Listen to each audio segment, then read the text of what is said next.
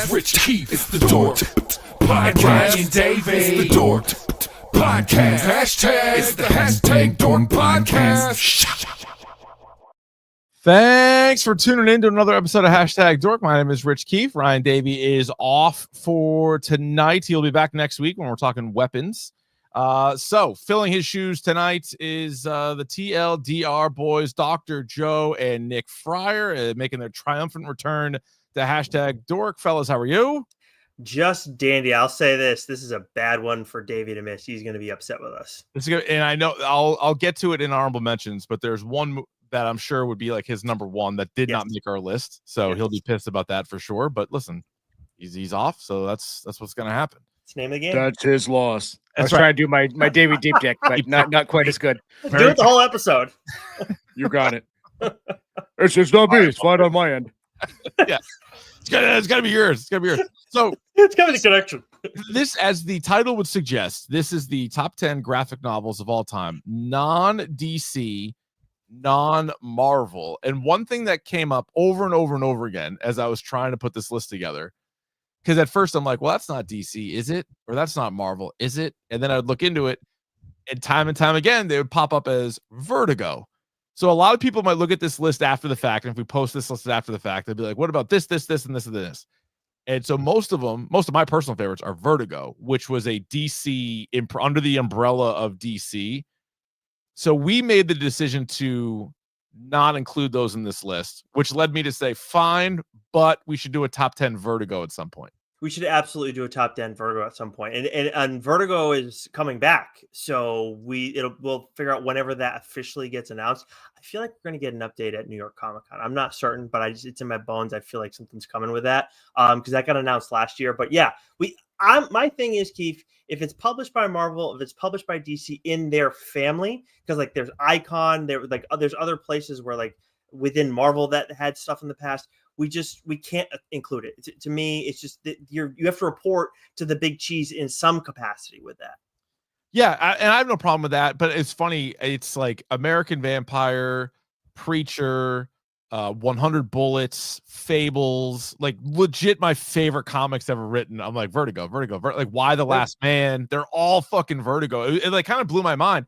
And then you guys would know this. Did Vertigo go to DC Black Label? Is that kind of what happened? Basically, or sort of replaced it with that? They sort of replaced it with that in name. They had Vertigo forever, and then it went away. I think it came back. I think this is the third time that it's come back. But then, if you count Black Label in that mix, it's also there as well. Okay. Yeah. It's a mess. Yeah. I mean, we went back and forth. Because my thing is like, yeah, it's under the umbrella, but I never associate Vertigo with DC, unless it's like, okay, you're putting out a Swamp Thing book or something like that, right? So, but like to me, like Preacher, that to me is like the ultimate indie book, right? And that like you would like DC wouldn't touch that with their logo, right? With a 10-foot pole, right? But we can do it under Vertigo, and it's fine. So like to me, like I like that, and it's just a me thing. Like I separate the two. And like I wouldn't have had a problem including it on this list, but I respect my partner in crime's staunch. Nope, these are the lines. We will not blur them, and it's your program, so we roll with the dice, baby. Okay, we should do more shows with Rich because this is very new to me. I've never experienced Joe like this before. Yeah, who is this guy? What the fuck? I just. Because even if you go back to a book like Watchmen, where originally, before they made some connections later on, it was very much kind of poking fun at some of the characters, and then it was like its own thing. It was clearly a DC book. That wasn't even Vertigo. That was just like a straight up DC book. But there was no Gotham City. There was no Superman. There was no any of that. So I think a lot of people, just like casual comic book fans, would think, oh, you guys mean no Batman, no Superman, no X-Men. Everything else counts. And it's like, well, actually not really. And so there'll be another time to do that. And it allows us to talk about these 10 great books. I have no problem with it. It was amazing because every time I was coming up with my list and I was like tinkering with it, and then I'd be like, oh, I forgot about this one. And then I'd look it up and I was like, nah, it's Vertigo. It was also Vertigo. The biggest thing for me with this is, okay, if we're talking Vertigo, we're talking Swamp Thing, we're talking John Constantine, however you say it. Once you start mixing him in and Swamp Thing like in consideration, then I'm like, well, this doesn't feel right. Then I feel like we're going to start confusing people. Yeah, 100%. Well, because those two guys legitimately are in pages with Batman. So like Exactly. that's like Preacher's not in anything with Batman. You know what I mean? So I consider like Joe's point about like Preacher does not feel like it is in a DC world at all. Joe, you have your hand raised? I do. Goo started the precedent of raising your hand when you had a question. So, but the other tricky thing is not just Vertigo, but there's a lot of these like really, really small publishers that started printing a series and then it got big and then like DC bought it. And it's like, V for Vendetta. That's right? a tough, like we can't count them. Holy shit, right? So what do we do there? So like, yeah, getting down to the nitty gritty on this thing, you ran into a couple of problems. But as you said, Keefe, we've got a banging list. We got a great list. So why don't we just dive into it now, and then if we have time on the back end of it, we can add more to the discussion, throw some honorable mentions in there. So Joe, why don't you take it away with number 10 on our list? Yeah, so this is a book that to me is only really it's been over the past few years, and it was introduced when Nick and I were talking with Axel Alonso because I had never heard of the series, but it's Sync, and that's written by John Lees with horrifying art by Alex Cormack. And letters by Colin Bell. And this real is quick, listeners would know Uncle Buck is a former friend of the show turned former nemesis of the show, back to being kind of, I guess, friend of the show. He had co-hosted a bunch of episodes, including an Alan Moore specific episode that we did years ago, just going through all the Alan Moore books. But his brother is the artist on this, who's a tremendous artist. I met him years ago at back when it was a Boston Comic-Con. And you can see the copy of Sync 1 behind me. They gave me that copy, and I was like, and I had no idea. Like I wasn't sure who he was, and I was like, well, that's awesome. He's a comic book writer, or a illustrator. I mean, that's incredible. And I didn't know what to expect. And you're like, oh, it's like, you know, a guy that you know's brother writes comics. You're like, all right, that's cool. And then you flip open the first couple of pages. I was like, holy shit! I'm like, this is great. And then I didn't follow up on it until I started like with you guys, and you're like, yeah, you started reading it, and then I went back and read like a ton of issues since. And I'm like, yeah, that is excellent. Like, this deserves to be on this list. 100%. Yeah, it's become my favorite horror series. Yeah. And I think in large part of that is because of Alex's art, and we've had it on the show, and he's like the kindest, like right guy. And I think I said to him once, I said, who hurt you? Like, because the art is so twisted, and John Lee's writing is so great because he like Sync, you know, this dreary place in Glasgow, Scotland. Like, it's very much a character as all these other, you know, horrifying characters are, and you really are rooting for the bad guys. And I hated clowns to begin with. This book really makes me hate clowns and blue vans. Yeah, dude. I don't think it's scary, but I'll tell you this. So the cover of it, if you're just watching on YouTube, it's like a dude in a fox mask, and he's got a shovel, and I was like, with blood all over it, and I'm like, all right, let's see where this guy's headed. Like, I'm interested in this guy right away, just by the appearance of it. And then we talked about it. We did horror comics, right? A while ago. Done it twice. Once on your show, once on our show. Yeah. And so like, and I noticed that too about my list too. I'm like, a lot of it is kind of like my movies. Like, it kind of skews towards horror. But yeah, this one, for those that haven't read it, I highly recommend it. It was the TLDR #1 horror comic of all time. In the rankings that the three of us did. It's outstanding, and I think as time goes along, this could climb up our list too. I think I had it at number 9. I think Joe had it a little bit higher on his list. This is just, there's some, like, you're showing people the cover of Mr. Dig. Like, he's the perfect like vigilante that will be born out of this monstrous nightmare, you know, made up part of Glasgow, Scotland. It's outstanding. And I do want to just clarify for the people too, when Joe mentions Axel Alonso, who we've talked to previously, that's the former Marvel editor EIC who recommended this to us, and also the former editor of Preacher too. So the guy knows some twists. Yeah, he does. He's seen it. He's seen some stuff. Yeah. And you guys just had John Lees on recently too. Yes, right? We did. Yeah. He's got a book called Orla that's out this week. If people want to check out some of John's work, he does some awesome stuff. And hotels, well, I don't want to start talking about what's not on the list. Sorry. Hotel, spoiler alert, not on the list, but it is in my collection behind me. Hotel, so very good. Yeah, very creepy. All right, Joe, I think you also have number 9. Yeah, big dog swinging here today. So this next book is another series I didn't start reading until recently, but I think the team of Ed Brubaker and Sean Phillips has got to be on the Mount Rushmore of creative teams in comics. And the book that comes at number 9 is Criminal, with colors by Jacob Phillips as well. And so I love gritty noir crime stories.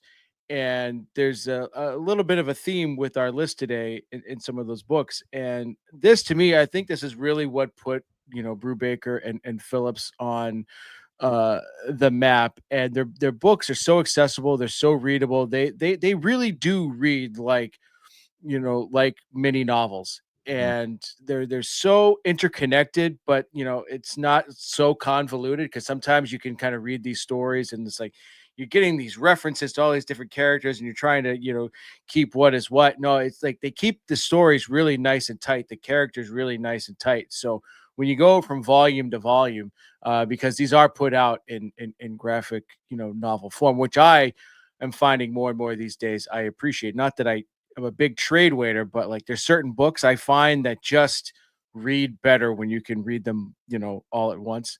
And to me, this is like the pinnacle of what crime noir comics it can be. And for me, this is just an absolute home run, and it's going to be a TV show in the not too distant future. Is that right? Yeah. Yep. Do you know who has the rights to that? Oh, that's a good question. Yeah, I think it's Amazon, if I'm not mistaken. Yeah. Interesting. I'll have to check that out. Yeah, those two guys, that combo is one of the all-time greats. I think the Fade Out might have been one of the first ones I read of theirs, which was really good, like old Hollywood stuff. But yeah, they have a certain like type about them that if you like it, nobody's doing it better than those guys. So that's a good one. Speaking of Amazon Prime, this next one, the show is super popular. We've talked about the show a lot on the podcast. We haven't talked about the comic quite as much, but coming in at number 8 is The Boys, of course, a Garth Ennis. Now this one, it started out Wildstorm for the first 6 issues, which is like also under the DC umbrella, but then issues 7 through 72 were with a company called Dynamite. So this one counts for our list. So 72 total issues. I think the whole thing is broken up into like 6. I mean, you could probably get like an omnibus, but I have like 6 collected editions. And it's fantastic. Like if you like the show, I think you'll like this. It's even more as fucked up as the show can be. It's even more over the top than the show is. I'll be honest, there are parts towards the end where you're like, let's get there. Like let's find our finish here. I think it's got some of the highest highs of comics that I've read. Maybe it went on a few too many issues. That'd be my one kind of knock on it, but it's super fun. There's a parody spoof on almost every Marvel and DC character out there. They do such a great job with it. The boys themselves, I think, are better. Like the whole crew is better in the book than it is in the show. And there's a specific reason for that. But highly recommend it. If you guys read the whole thing, I know you've read some of it, but have you guys read all of this? I don't think I've read the entire. I've not read the entire. I've read a lot of it. Yeah, there's a lot of issues. Yeah, yeah, it's insane. I've never read it, to be honest. I just watched the show. Yeah. All right. Yep. I recommend. It's insane. You should give it a go. I mean, some of this stuff you'll be like, oh, that's from that, and then other stuff, like a lot of adaptations, they do their own thing, so you'll be surprised with some of the other stuff. Yeah, the one thing though I did pick up on though, because I think the main character in the books, right, is sort of portrayed to look like Simon Pegg, and then they actually got Simon Pegg, to play his dad. Yeah, to It's play his very- dad. Yeah. He's sweet. Yeah. I think when you talk about like the similarity and difference, because I've read, I think I've read halfway through, maybe just short, but like the similarity is it's very anti-hero worship. Like, but in the comics, it's more focused on the comics, whereas in the show, it reaches beyond superheroes and whatnot, obviously, very clearly in that way. But like you said too, the stories, like it's so different. Like you're gonna get an entirely different experience if you read the comics. So if you love the show and you like comics, you should definitely check that out. Yeah, like I think Homelander is one of the great TV characters of maybe ever. Like I think he's a great TV character. He's good and like scary in the book. I think Anthony Starr has done even a better job. Yes. Carl Urban's awesome, but like Billy Butcher in the book, I think is actually even a little bit better. Like that's how good he is. But yeah, and it's like I like Kumiko, but like her character in the comic is so weird and so unhinged. 100%. And they've had more time to explore like other superhero groups and like things like that. And they try to do like the Hero Gasm episode, but that was like way crazier in the books than it was even in the show. But yeah, they barely use Love Sausage in the show too. He's much more like prominent in the early goings. Like that was another thing that threw me. But I'm glad you denoted how like this was Wildstorm at first, which did start as an Image thing, but then became a DC thing. Because Criminal's the same thing. That started out as Icon, but then became, which is an Image, a Marvel imprint, but then became Image as well. It's just comics, just how it is. They just it's a mess. But this one, like the vast majority. So we counted it. This was eligible, so it comes in at number 8. Friar, you get number 7.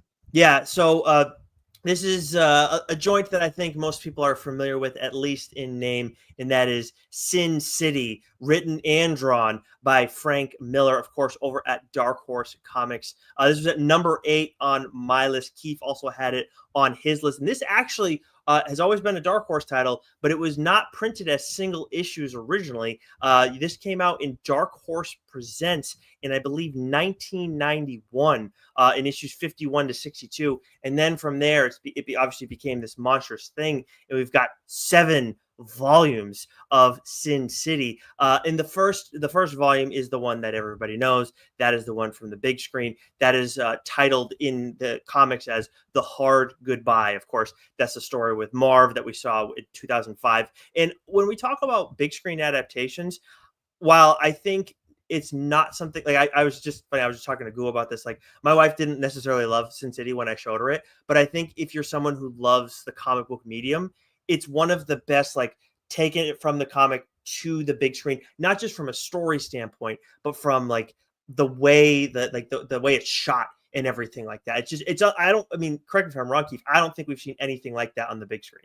I would agree completely. I actually sort of a warm take. So it's funny that this comes in at number 7. I was just looking at my Letterboxd where I rank all the movies, including all the comic book movies. I have it as the 7th best comic book movie ever made. I don't think that's unfair. Love this movie, and I'm with you. I think there's a whole bunch of like stories about this movie and like how it was shot. Robert Rodriguez directed it, and it's a lot of green screen, famously so. Mickey Rourke and Elijah Wood, I don't even think ever met each other. It's crazy, despite the fact that they're like in hand-to-hand combat and stuff like that. So I don't think Hollywood liked how it was filmed, because they were like, because this is an 2005 too. So there was like so much technology and stuff involved. But you're right, just the way the comic book, and I got some of the volumes back there. Like if you open it up and then you watch the movie, you're like, oh, this is the same thing. But also they did a great job telling the story, because the second movie isn't as good at it's way worse, but it's got the same kind of look to it. But there's something about the characters that they pulled off. They had an unbelievable cast. And it was just so cool. We hadn't seen anything like it. I think they tried doing it again. I don't know if you guys saw, I think it was The Spirit, which was another one. They tried making that, and that looks like the comic, but it's like, I don't know. There was something about this one that they crushed it. I saw the movie first and then went back and then read a bunch of the issues after the fact. Yeah, and there's something to be said about expectations too after you see the first thing. But at the same time, it's just like it's hard to pull this off multiple times. And I think too, what's so great about The Hard Goodbye is, that's where everybody will start with reading this. It's such a simple story. It's a revenge story, but the amount of world building that's done in all of it too. And I can be like, one thing that I can be overly critical of when it comes to comics is narration, but I love the Marv's narration in both the movie and in the comics. I think it's outstanding. Yeah, I agree. All right. Yeah, it was excellent. Friar, you get number 6 as well. Yes, number 6. So I was the only one that had this on my list, and I'm actually curious because I don't remember if Joe's read it or not. If we've talked about it on the show, you have. Okay, so you didn't. Well, why the fuck wasn't it on your list? Because I had Criminal on my list. Okay, I haven't read Criminal. That's the only one on this list that I have not read. Reckless by Ed Brubaker and Sean Phillips, my number 1, which may surprise some people because I think most people have a unanimous number 1 when it comes to non-Marvel and DC comics, but we'll get to that later. I'm going to read the synopsis real quick on this. Meet Ethan Reckless. Your trouble is his business for the right price. But when a fugitive from his radical student days reaches out for help, Ethan must face the only thing he fears, his own past. This is a 1980s LA pulp noir story.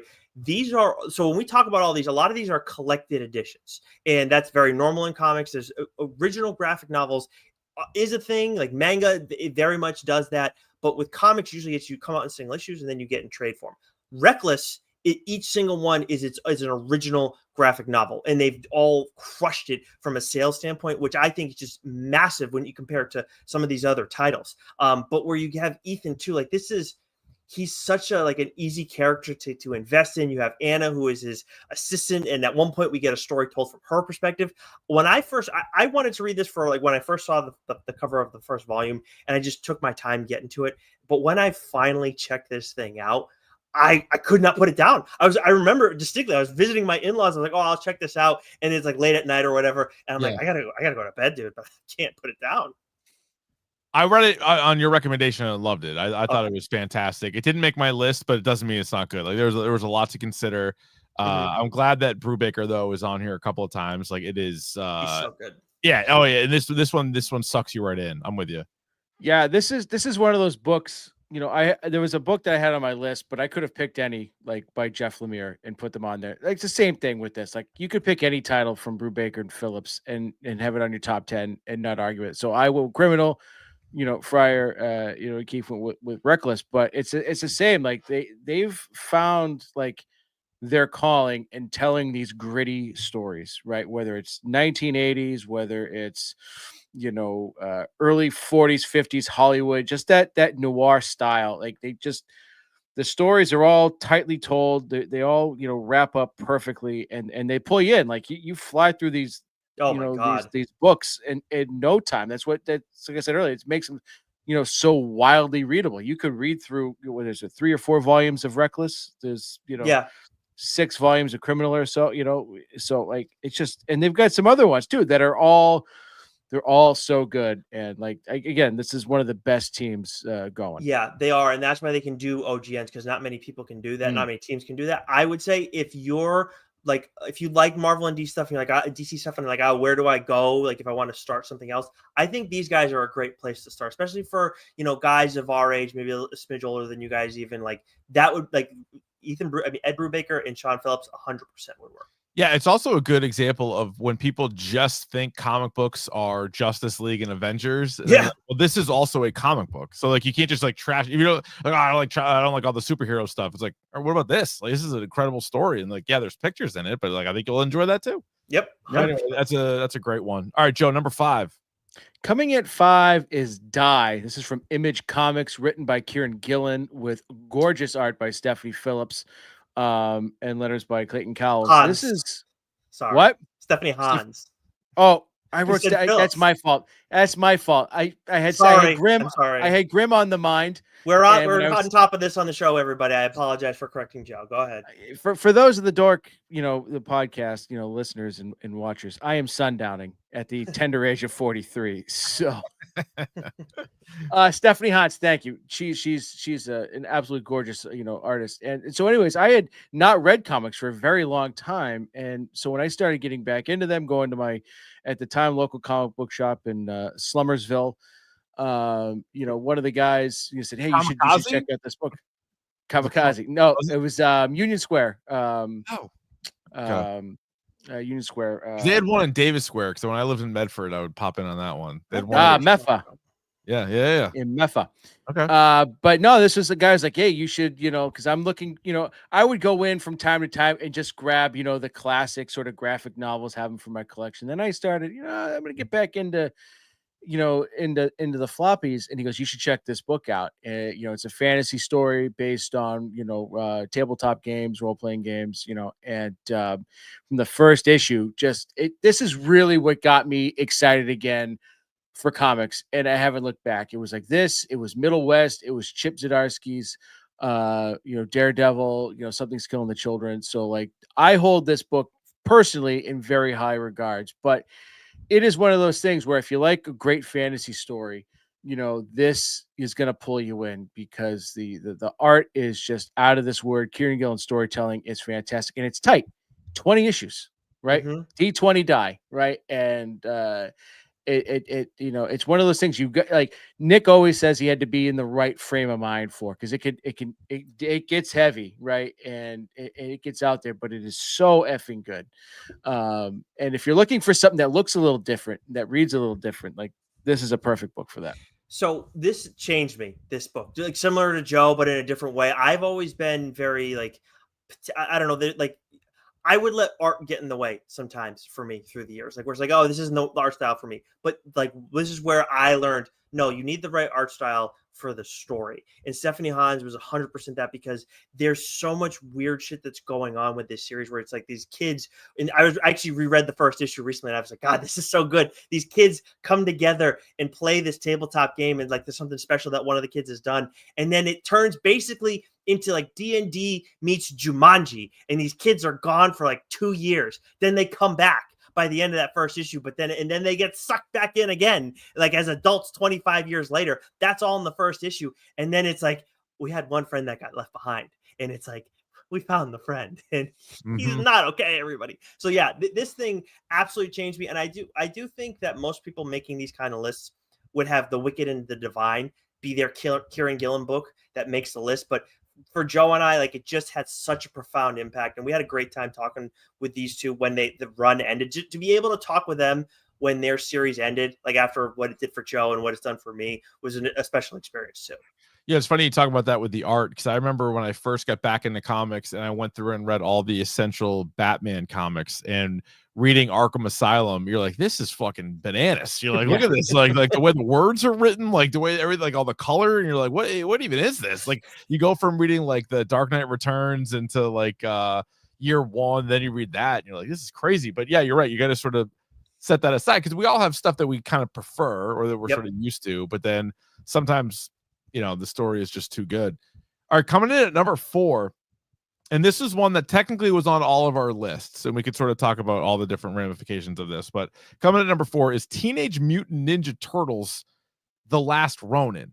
Now, listening to your podcast, I know that I had a very different experience with this book than you guys did, because the issues, there's only 5 issues, and they came out very far apart.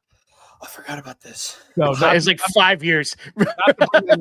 I literally read the whole thing in like an afternoon. You guys waited like years to read it. I waited till all 5 issues. I knew, like, it sounded awesome. You guys described it. I'm like, that is so good. So it's like a dark Ninja Turtles where there's one, and I won't even spoil it for those that don't know. Check this thing out. It's one surviving turtle, and he needs obviously to seek some revenge on Shredder. And so you find out, is it at the end of the first issue? You don't even know who it is until the end of the first issue. Then you're like, oh, this is who it is. Yep. And then you go from there. But if you can read it all in one sit, it's fantastic. I could understand being disappointed that you had to wait so long, but I didn't read a lot of Turtles. I was obsessed, like Joe, like we're the same age. Like I was obsessed with Turtles, the cartoon. I had more Turtles toys than probably any other toy. I had like the first grade, like backpack. Like I was all Turtles all the time, but never really. And I knew it was based off of comics, but I was reading X-Men. I wasn't reading Turtles. And then for this to come out, and then as soon as I picked it up, like, this is fucking awesome. And like, I don't own it yet, but this is one that I got to get to add to my collection at some point soon. Yeah, get the hardcover. It's a great coffee table book. But that's the thing with the original Turtles. Like Eastman's art is kind of crude, right? And it's not the best. And the original design of the Turtles, you know, the comics wasn't tremendous. But like, so I was all cartoon, I was all movies, I was all, you know, action figures. So for me, like The Last Ronin, you know, maybe some random, you know, comics here and there, but like The Last Ronin was the first one where I was like, okay, they're getting the band back together again, right? And because it's Laird and Eastman are notorious for having a big falling out. They get back together. Part of the reason for the massive delay is because guess what? They couldn't stay friendly with each other. So like for 5 issues, it really took like 2.5 years, you know, for it to come out. But the payoff, you know, was excellent. And what it did really is it rejuvenated that comic franchise. You know, like The Last Ronin 2, there's been spin-offs to The Last Ronin. They stink. Not great. But there's the new TMNT run being written by Jason Aaron has been excellent. It is of the same vein of The Last Ronin in that it is gritty. This is not necessarily a kid's book, even though like I could let my nephew read it. But it's not like the TMNT Saturday Morning Adventures, kind of thing you're gonna read. It is dark, it is gritty, it is violent, and it is so well done. So like I would highly recommend that current run for Turtle Fan as well. But The Last Ronin is absolutely outstanding. Yeah, it's all time. And I mean, Teenage Mutant Ninja Turtles in general, they need to be on this list because we're all at some point, the three of us resided in the Granite State, and these guys were born in the Granite State, originally from Mirage Comics. But like in when you talk about like the shows and stuff, they led to so many different spin-offs, like Street Sharks being the most like successful of the bunch. But this one, where we're gushing over it and it totally deserves it. It's also, there's like talk of movie development, video game development. And then Joe mentioned the spinoff comics that neither of us have really cared for, but this really is like, if you weren't part of the waiting period, like Joe and I, you have no reason to not have any issues with get in there. Pick it up. So good. Goo read it. How about that? Yeah. All right. You get number 3, Friar. So coming in at number 3 is Something is Killing the Children, written by James Tynion IV and drawn by Werther Dell'Edera from Boom. I think this is the only Boom book that we have on here. This is my number 5. Joe, I think, had a smidge higher on his list. By the time this series is done, it could even be higher on my list. This was originally a 6-issue limited series over at Boom Studios. Wow. And now, as we sit here today, this very week, not to timestamp things, but the 43rd issue of Something is Killing the Children is about to come out. And I know for a lot of people, it's like 43 issues. What the hell does that mean? In indie comics, that does not happen. The longest running indie comic of all time is Spawn, and it's over 300 issues. I think Savage Dragon is next in like the 200s. Nothing else comes even remotely close to that. Saga is probably the next closest thing. Like you look at Detective Comics, like issue like 11,000 is about to 1100 is about to come out. Like it's just not in the same ballpark. It's for a lot of reasons it's different, but the world building that James Tynion and Werther Dell'Edera do, outstanding. And then when I know Mac asks us sometimes, like, what's the next comic that's going to turn into a show? This is another one that's about to be turned into a show, and this is going to be, I think, an animated series. Yeah. And it was just announced. Although I feel like Tynion mentioned this last year at C2E2, but it's going to go at least 100 issues. It's already been guaranteed. That's right. You're right. 100 issues. It's that good. I mean, you got this character Erica Slaughter, who is just totally badass. Like they have these bandanas. Like that, it's an amazing design where they all have teeth, but there's different types of bandanas. The Order of St. George, they've had different spin-off titles that have been good, unlike the Last Ronin stuff. It's everything about it. The Slaughterverse, Something is Killing the Children. Absolutely. I mean, being number 5 on this list, like it's a great spot.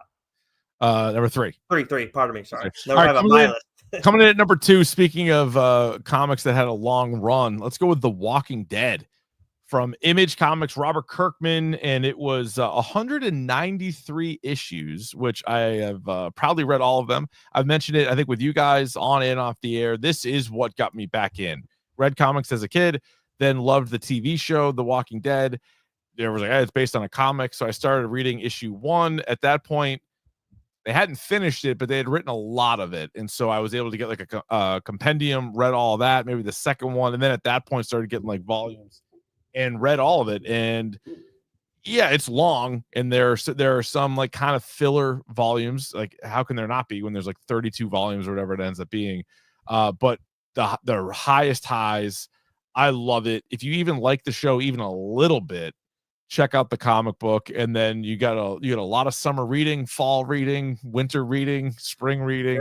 It's a long book, but it's great and deserves to be super high on this list. It is possibly the easiest series to binge of all the ones that we're talking about. It's like, and all the collected editions are all on Hoopla. So if you like, you want to like just make sure, or you can't, go and buy all of them because obviously it's not cheap. Do it. Like go on Hoopla and rent those things, dude. It is crazy. Like I always talk about how like, oh no, Daryl's not in the series and that's such a letdown. But it's like, Rick's so much better in the comic. Andrea, no one got done more dirty than Andrea. And Carl, too. I know Joe's joking about Carl. Like, Carl's way better, too. Yeah, no, Andrew is so good. But yeah, that's what's fun about the book and the show is like there are certain similarities, and then they do different things. Then they do like some gender swaps. Then they do like character swaps. They do like so. It does keep you guessing a little bit as to like who's gonna make it and like how they're gonna go about it. But it's awesome, and it was down this road that I went, and then I got into all the other like essential comics, and then that's where it's led me to here. So I appreciate The Walking Dead for sort of like reintroducing me to comics again. Love to hear Yeah, that. And this is right where it belongs. And how many issues in that series? It's close to 200, right? Yeah, 193. Yeah. 193. I love that they ended it there, not like 195 or just Bizarre. Well, another one of Kirkman's, which we didn't include on this, Invincible, that's got like 1 million issues too. Yeah, I've read all of both of them, and they're both outstanding. And Invincible is absolutely worthy of being on this list. Like it gets so much better than what you've seen in the show by the end of. Have you read all of Invincible, Keefe? No, I think I've only read like 2 or 3 volumes. I've not read too much of it. Dude, there's characters who it's just like there's development. It is crazy. insane. Yeah. Yes. All right, Joe, hit us with number 1, and then we'll do a quick of our favorite one that didn't make it, and then we'll wrap up. Okay, so number 1, I don't think this is going to shock anybody, but it's Saga from Image Comics. We talked about great writing teams. This again is another one of those Mount Rushmore writing teams, or creative teams, I should say. Brian K. Vaughan with art by Fiona Staples, and this is a series that I didn't read until somewhat recently because like it had come out. It seemed like a daunting task. Like 70 something issues, 60 something issues, but then they went on this like very famous hiatus. And then it's come back. And so I ripped through all the volumes. And this is one of the most beautifully bizarre comic books I have ever read. And I recommend this book to anybody and everybody. And I tell them it's weird. It gets real weird, but it is so engrossing, right? And like just everything about it is so complex, and you love the characters immediately, and you hate some of the characters. You like there's some of like the best villains in this, and lying. It's like it's Star Wars on acid with Romeo and Juliet is basically what it is. That's exactly it to a T. And like right there, like right. There's Prince TV, right? I have the will as well. Yeah, that's great. It's so like it's like even the heroes, like you kind of hate them sometimes, and they're so effed up. Like there isn't a single character in this it's got like any real redeeming qualities. They're all flawed in their own ways, which is great. And one of the things I found though is that because I read through like the first half of this series all through graphic novels, like you read through it so fast and it's perfect, right? But then now that it's returned and I've been reading it, like month by month, it reads so much differently. And so I've gotten to the point where I'm not necessarily trade waiting. I still go out and I buy all the floppies, but I wait until I've got like 3, 4, 5 issues worth before I read them, because the story is just convoluted. It's not the right word, but it's just so involved that like getting like little snippets at a time doesn't do it justice.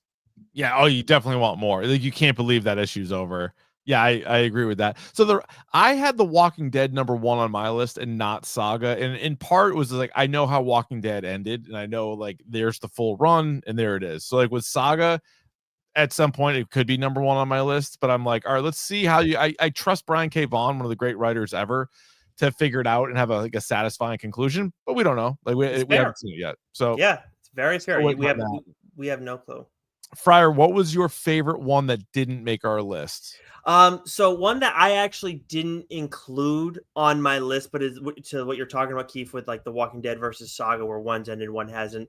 The Power Fantasy is a new Kieran Gillen joint. We've talked to him about it, and Casper Wingard is the artist on the series. His art is freaking outstanding. He colors all his work too. It's beautiful.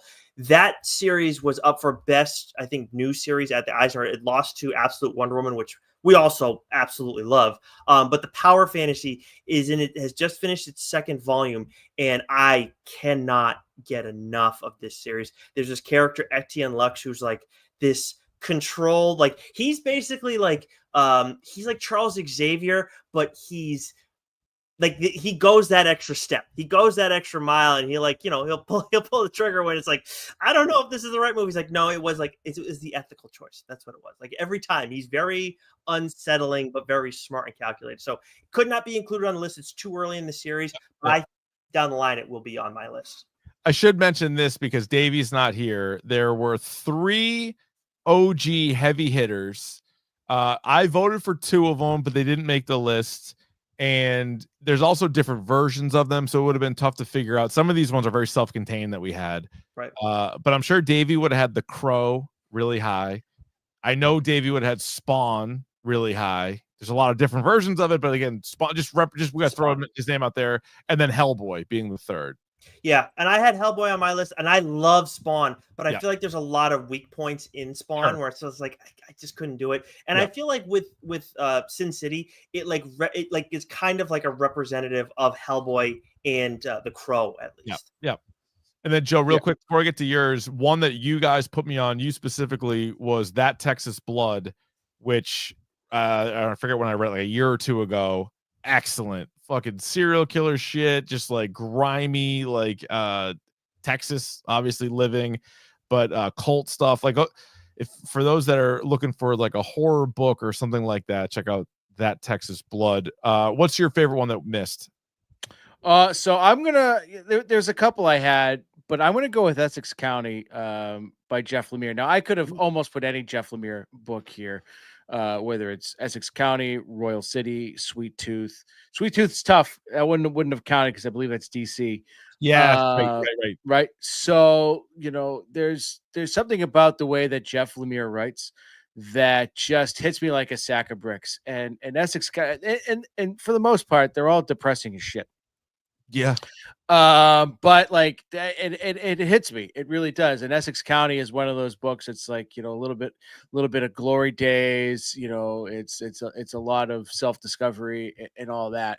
But like, I think Lemire is, it maybe Sean Lewis, the only 2 writers that have, I think, brought me to tears on the show, with that being May's book written by Lemire as well. But like, he's just an absolutely outstanding writer. Now I get like with Essex County, and a lot of his other books, like he writes and draws them. So I understand like his art style might not be, for everyone, but like it's gritty, it's raw. And I think that's part of the connection there. It sort of tunes you in with his style of writing.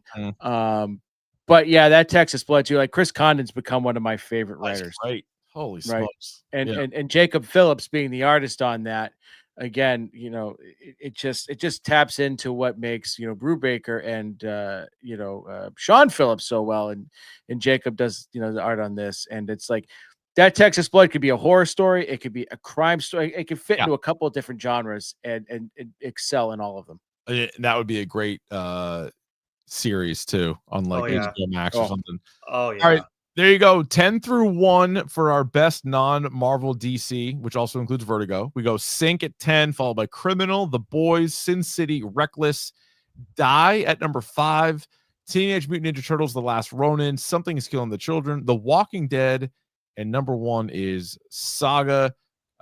Gentlemen, it took too long for us to do another one of these top 10 lists. I kind of leaning towards Vertigo, top 10 Vertigo books for our next list. Yes. But where can the people check out all of the great TLDR content?